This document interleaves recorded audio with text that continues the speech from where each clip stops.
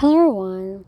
So today I'm excited to share with you on how to prevent aphids from your beans this summer season. And I'm so excited to share with you my secret that you can try as well to apply in your garden or small garden if you had problems with aphids. So I have here some red yard long noodle beans or asparagus beans, string beans, and these plants are growing amazingly. I've harvested many times already.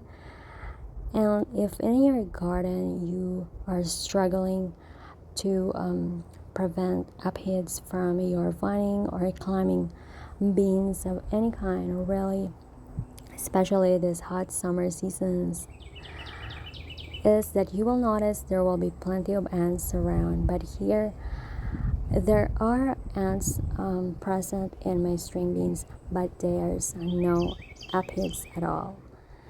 And if you stick around, you will going to know why there's no aphids really.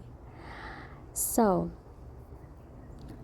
for the first one is use ash fertilizer, so you can sprinkle around them thinly around your string beans to relocate the ants that would like to climb around in there, because they are the protector of aphids.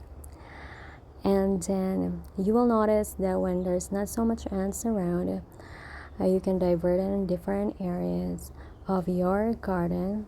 As you can see, your vine or string beans or any type of beans will thrive without those insects sucking so much that really stunt their growth and affect your harvest.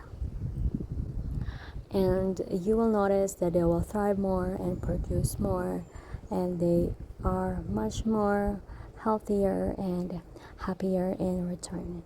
And the second secret one is that you can plant along flowering plants, and not only any kind of plants. There's one flowering plant particularly that aphids are really interested and attracted to, and this is the black artisan. Is really a native here in Florida as well, and different parts of the world, which this one I've tried and experimented and it really works.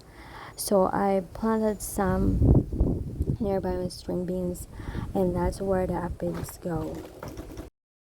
These black ice sunflowers act as a magnet for beneficial pollinators, as well as keeping away from your lovely beans, to helping them thrive as well, because some marigolds will do work as well and other herbs, but so far this is something that I've tried very effective. And if you are interested to grow your own yard-long beans or asparagus beans, I have a separate video there for you guys. You can check it out, and playlists are the video below. There's a link there, and hope you have a great harvest. This is really very easy to grow vegetables, and this is a summer loving vegetables that you can try this hot season. Thank you for watching. I'll see you again next time. Bye.